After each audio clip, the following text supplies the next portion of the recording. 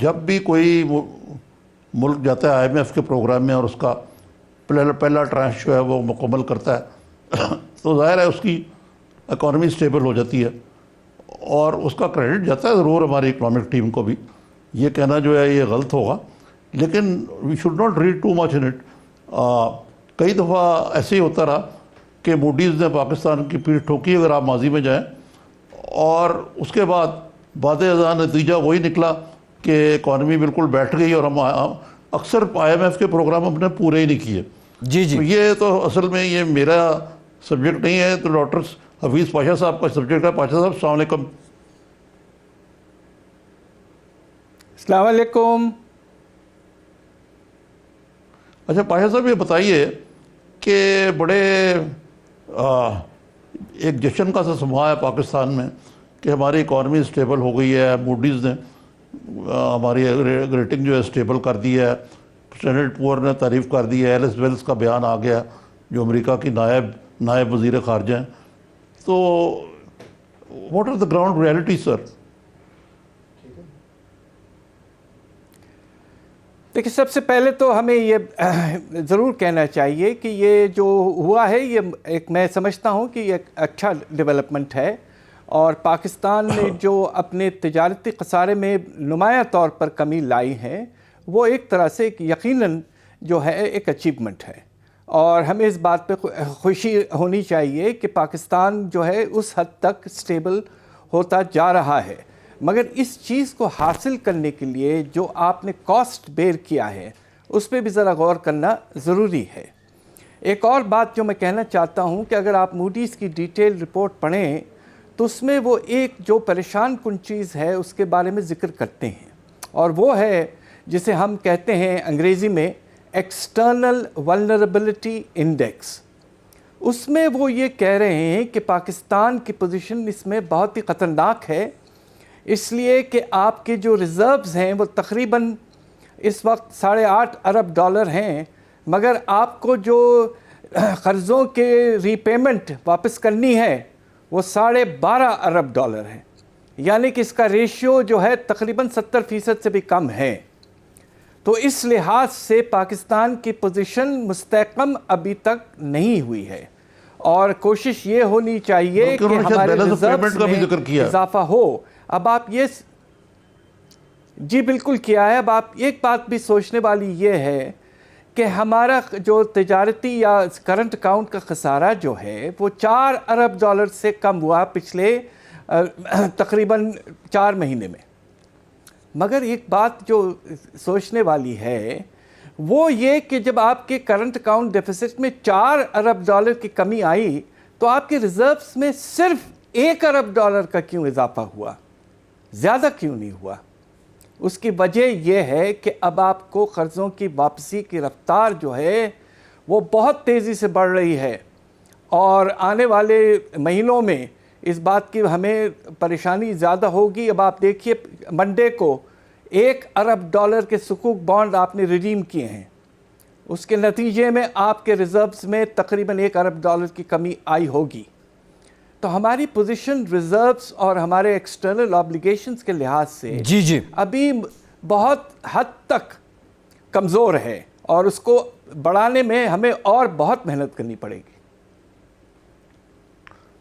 اچھا پاشا صاحب, میں کیونکہ اکانومسٹ نہیں ہوں آپ کی طرح, صرف جو مجھے سمجھ میں آتی ہے کہ یہ جو کرنٹ اکاؤنٹ ڈیفیسٹ ہے یہ کم ہونا ویسے تو اصولی طور پہ اچھی چیز ہے, لیکن یہ کس طرح کم ہوا ہے اس پہ بھی تو غور کرنا چاہیے. مثلاً یہ کہ کیا یہ اس لیے کم ہوا ہے کہ ہمارے جو ملک میں کساد بازاری ہے, لارج اسکیل مینوفیکچرنگ جو ہے اس میں ڈکلائن ہے, انویسٹمنٹ نہیں آ رہی, اس کی وجہ سے آپ کی امپورٹس مشینری کی اور گاڑیوں کی مانگ اتنی کم ہوئی ہے اور چیزوں کی کم ہوئی ہے؟ امپورٹس کم ہوئی ہیں یا ایکسپورٹس اتنی بڑھ گئی ہیں ماشاءاللہ کہ ڈیفیسٹ جو ہے وہ سرپلس میں تبدیل ہو گیا؟ نہیں, آپ نے جو بات کہی وہ بہت مناسب بات کہی ہے.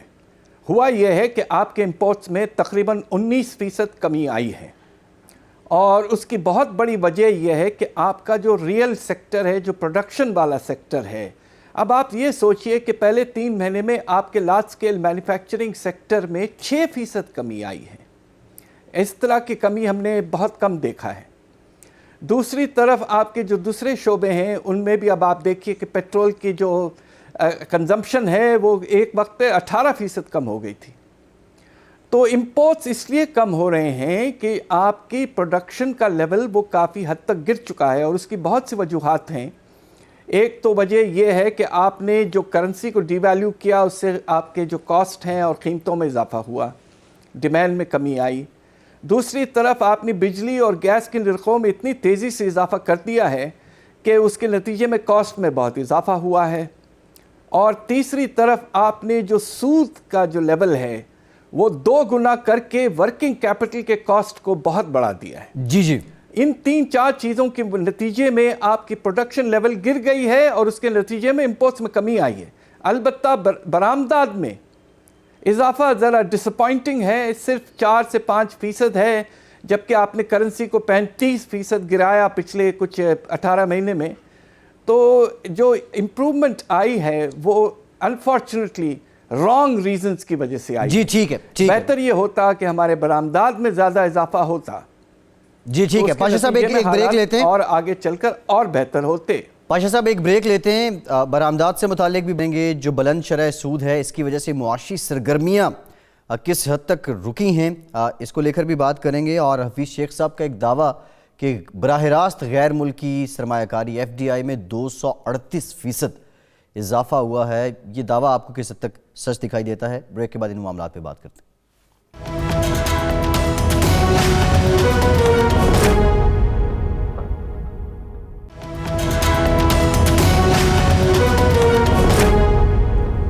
بریک کے بعد ایک بار پھر سے آپ کو خوش آمدید کہیں گے. نظامی صاحب، بریک سے پہلے پاشا صاحب بتا رہے تھے کہ وہ کون سی کمیاں ہیں جو رہ گئی ہیں حکومت کی جانب سے. یہ موڈیز کی رپورٹ کے بعد آؤٹ لک پازیٹیو ہو گئی. ہم دیکھ رہے ہیں کہ شادیانوں کا سلسلہ رک نہیں رہا ہے. زمینی حقائق کی پروگرام کے آغاز میں بھی ہم نے کچھ بات کی تھی. یہ جو سرکاری اعداد و شمار ہیں بیورو آف اسٹیٹسٹک کے، یہ حکومت کو کیا بتا رہے ہیں؟ پچھلے 1 سال میں حکومت کی کارکردگی کیا ہے؟ مہنگائی کتنے فیصد بڑھی ہے؟ اور عام لوگ اس وقت کس حال میں ہیں؟ دیکھیں، یہ ہوگا کہ یہ کہہ دیں گے کہ بیورو آف اسٹیٹسٹکس جھوٹ بول رہا ہے، یا جناب یہ کوئی وہاں بیٹھے ہوئے ہیں نواز شریف کے ایجنٹ جو ہیں. ویسے تو کہا گیا ہے کہ کھانے پینے کی اشیاء کی قیمتوں میں 16.53 پرسنٹیج اضافہ ہوا ہے پاشا صاحب.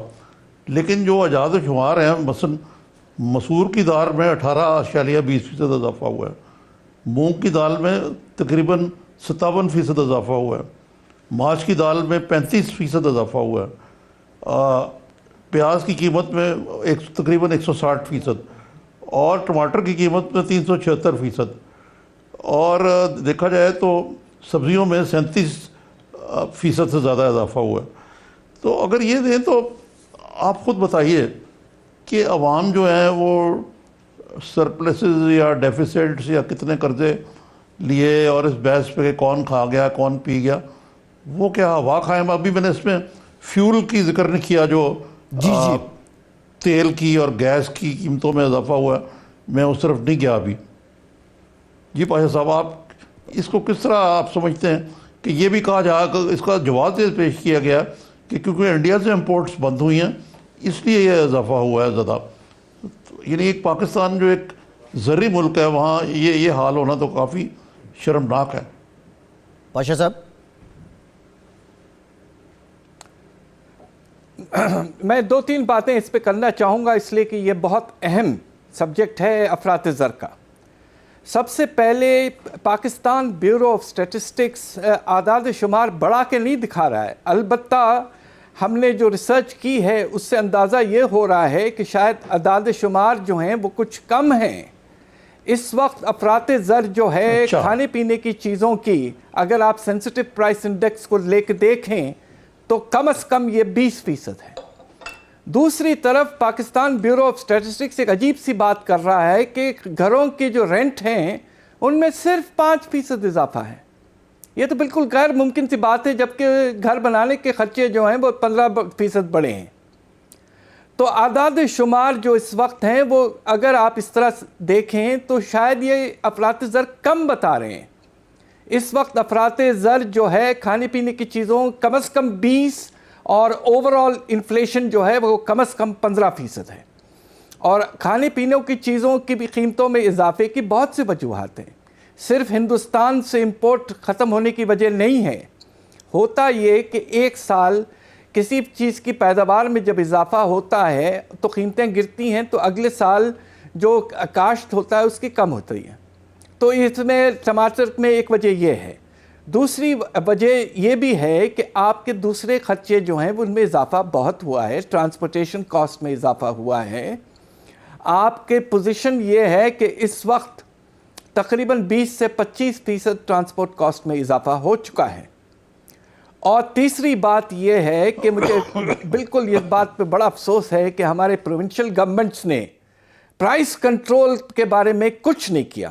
جی یہ تو ڈسٹرکٹ لیول پہ اور ہر ایک مارکیٹ لیول پر ایک نظام موجود تھا، اس کو بالکل ہم نے چھوڑ دیا ہے اور ہر ایک مارکیٹ میں جو قیمت ہے وہ مختلف ہے. تو پرائس کنٹرول کے نظام کو خاص طور پہ کھانے پینے کی چیزوں کے لیے واپس لانا بے حد ضروری تھا. یہ ایک لحاظ سے گورننس فیلئر ہے اور اس سے ہماری عوام جو ہے ان کو پر بوجھ بہت پڑ رہا ہے. تو لہٰذا اس وقت سب سے نمبر 1 پرابلم میرے سامنے افراط زر ہے اور اس کے بعد بے روزگاری ہے. جی ٹھیک ہے.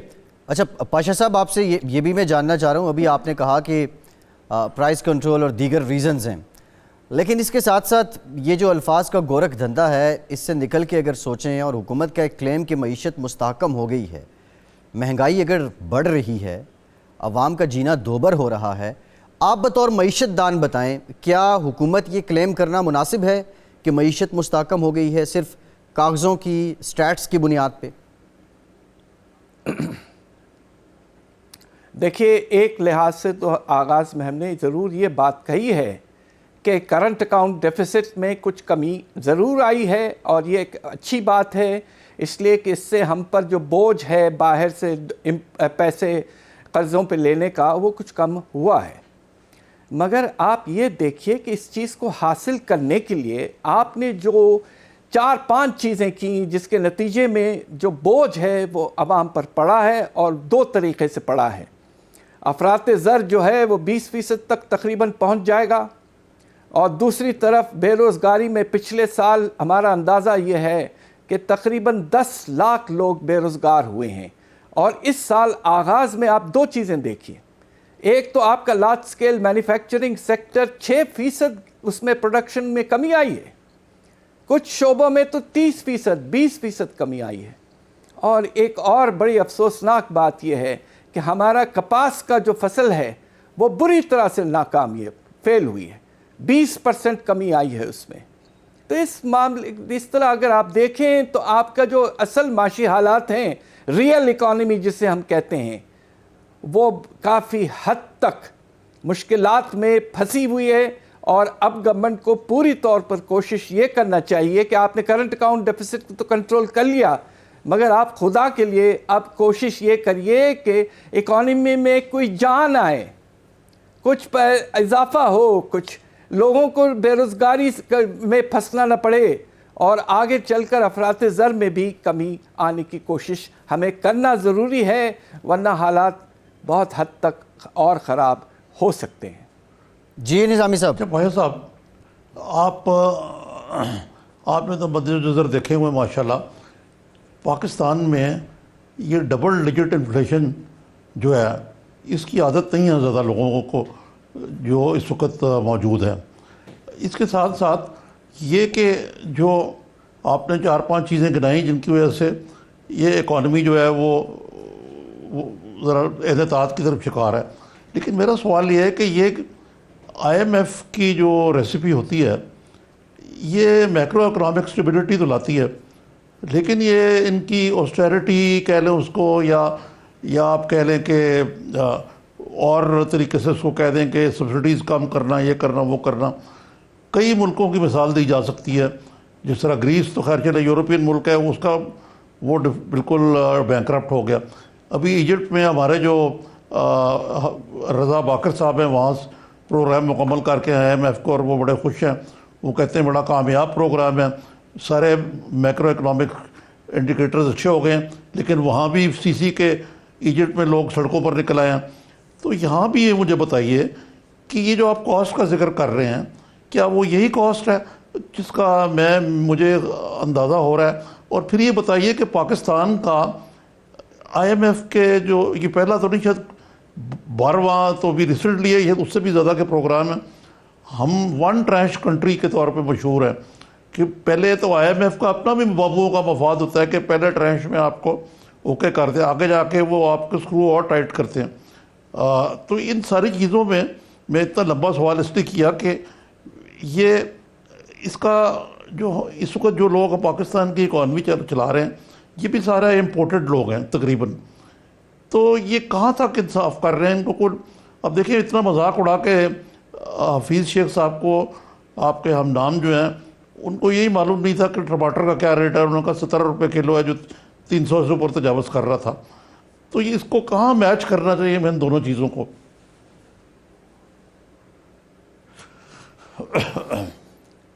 دیکھیں بات یہ ہے کہ اگر آپ نے اب اپنا رجحان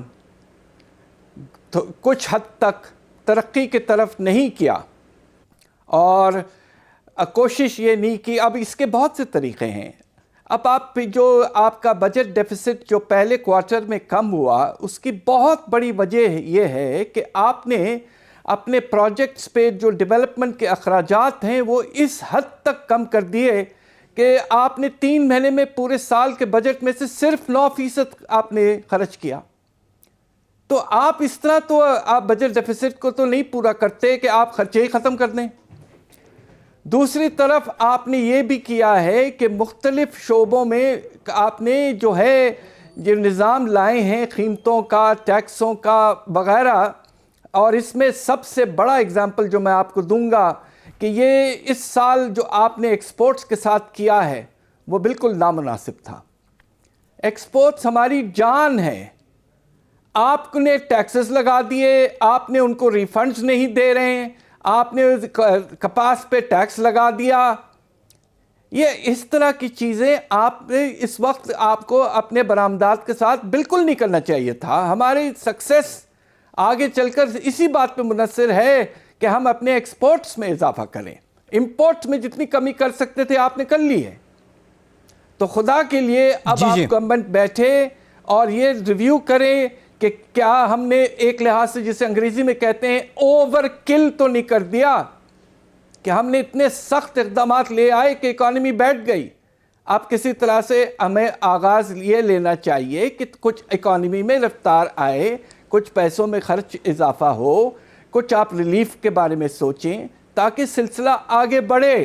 لوگ بہت پریشان ہیں اس وقت. مجھے افسوس سے کہنا پڑتا ہے میرے شاگرد آ کے مجھ سے جب بات کرتے ہیں کہتے ہیں سر ہمارے گھر میں لوگ بہت پریشان. جی اچھا پاشا صاحب، اس سے پہلے حفیظ شیخ صاحب نے یہ بھی کہا کہ سرمایہ کار حکومت پر اعتبار کرنا شروع ہو گیا ہے، اور ساتھ ہی ہم نے شبر زیدی صاحب کی بھی ایک سٹیٹمنٹ دیکھی کہ وہ نان فائلرز جو کمرشل اور صنعتی جن کے پاس بجلی اور گیس کے کنیکشن ہیں، اگر وہ فائلر نہیں بنیں گے تو ان کے کنیکشن منقطع کر دیے جائیں گے. سرمایہ کار اگر ٹرسٹ کر بھی رہا ہے، دوسری جانب جو ایز آف ڈوئنگ بزنس تھا، بہت سے اقدامات ایسے ہیں کہ وہ ڈیفیکلٹ ہوتا جا رہا ہے، اس کی ٹوٹل نفی ہو رہی ہے. یہ کب تک سرمایہ کار اعتماد کریں گے؟ آپ نے پہلے بھی ایک بات کا ذکر کیا تھا کہ فارن ڈائریکٹ انویسٹمنٹ میں بہت اضافہ ہوا ہے.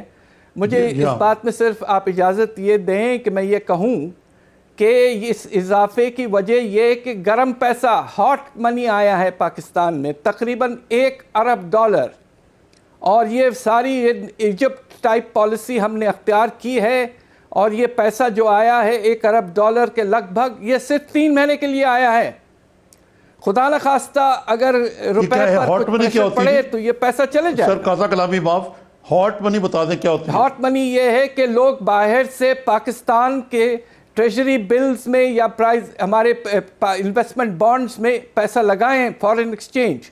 ابھی تک جو پیسہ لگا ہے $1 ارب صرف 3 مہینے کے ٹریجری بلز پہ لگا ہے، تو کسی وقت بھی وہ جا سکتا ہے پیسہ. تو فورن ڈائریکٹ انویسٹمنٹ میں اصل اضافہ اس وقت ہوتا ہے جب مشنری اور پلانٹس لگتے ہیں.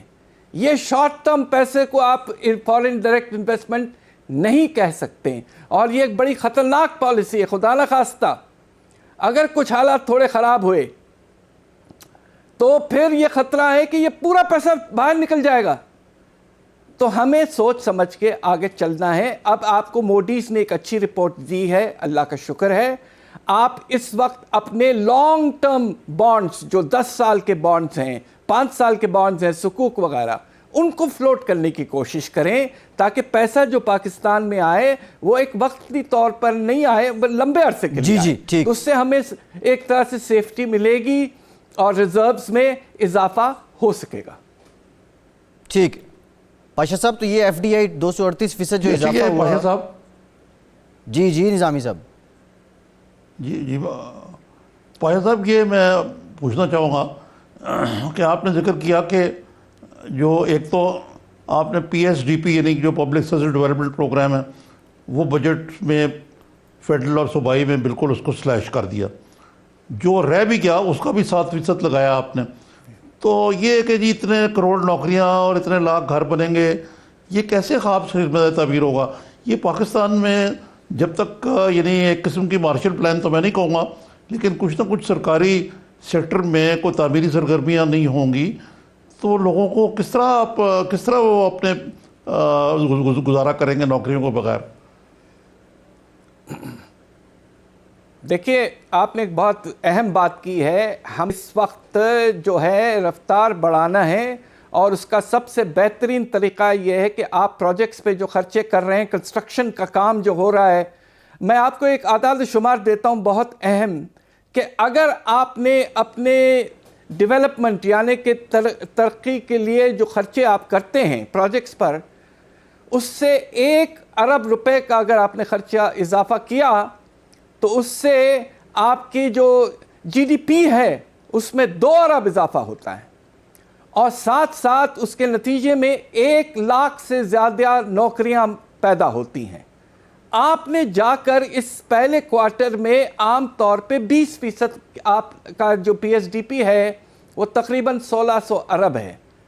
آپ کو تقریباً 300 ارب خرچ کرنے چاہیے تھے, جو کہ بجٹ کے اندر ہیں, تو کوئی خطرہ نہیں کہ آپ بجٹ سے باہر چلے جائیں. اس کے برعکس آپ نے 145 ارب صرف خرچ کیے ہیں.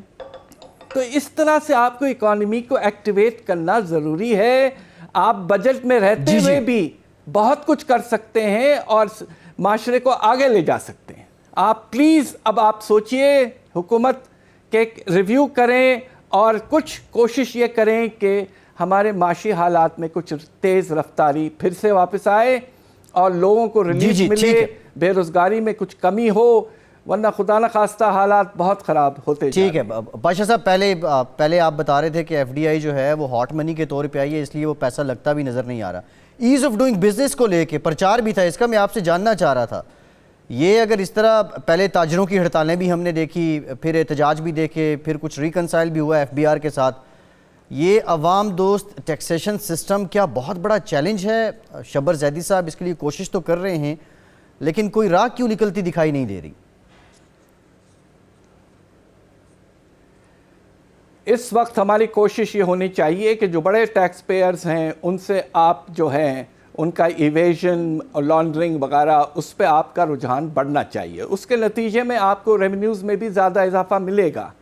آپ چھوٹے چھوٹے تاجر جن کی سال میں آمدنی شاید مشکل سے ایگزمپشن لمٹ جو 6 لاکھ روپے ہے اس سے زیادہ ہوگی, ان کے پیچھے خدا کے لیے آپ نہ پڑیں. اس وقت حالات بہت خراب ہیں, لوگوں کے سیلز گر چکے ہیں, تجارتی حالات کافی حد تک, لوگ مجھ سے یہ بھی کہتے ہیں کہ سر میری انڈسٹری میں ہمارے یہاں 20% سے 30% کمی ہوئی ہے سیلز میں. یہ کوئی وقت نہیں ہے کہ آپ خاص طور پہ چھوٹے تاجر کے پیچھے پڑیں. آپ جو بڑے بڑے آپ کے جو کارپوریشنز ہیں, آپ کے جو امیر طبقہ ہے, اب آپ یہ سوچئے کہ آپ کے جو بڑے کاشتکار ہیں وہ آپ کو سال میں صرف 2 ارب روپے دیتے ہیں ٹیکس, باقی پاکستان جو ہے وہ 1400 ارب دیتا ہے. جی تو آپ پلیز ایک بیلنسڈ پالیسی فالو کریں اور کوشش یہ کریں کہ نظام میں انصاف ہو.